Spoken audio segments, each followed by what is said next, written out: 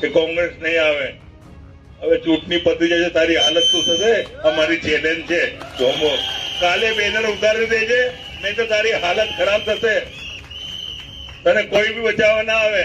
નેતા બેતા છે ને, ખાલી નેતા જ છે. ભ્રષ્ટાચાર કરવાનું, સ્કૂલો બનાવીને લોકોને ચીટિંગ કરવાનું, પેટ્રોલ પંપ બનાવવાના, આ બધા કર્યા છે. અમારી તો જે કઈ પેટ્રોલ પંપ બનાવ્યા કે મિલકત બનાવી, એ રાજકારણના પહેલા 250 વીઘા જમીન મારી પાસે હતી વડોદરા, વાઘોડિયા વડોદરા ડભોઈ સુધી. આજે ખાલી 35 વીઘા જમીન નહીં છે. રાજકારણમાં જમીનો વેચી છે.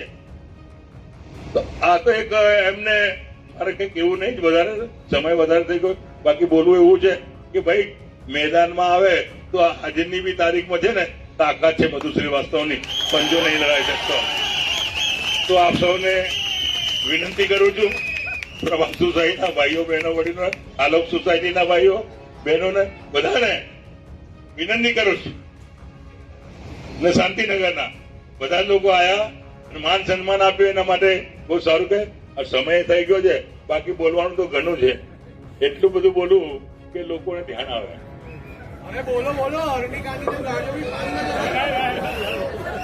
દુઃખની વાતો છે. ભ્રષ્ટાચાર આપણી નજરોના સામે છે. હવે દાખલો લેવા જઈએ તો પૈસા આપો, મામલતદારનો દાખલો લેવો તો પૈસા આપો તો દાખલો આપો. આટલા બધા ભ્રષ્ટાચાર કર્યો છે આ સરકારમાં, એટલો બધો ભ્રષ્ટાચાર કર્યો છે. તો જાકારો આપવો જરૂરી છે.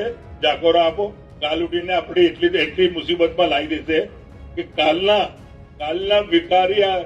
ભિખારી આજના માલદાર બની ગયા છે. આપ જુઓ.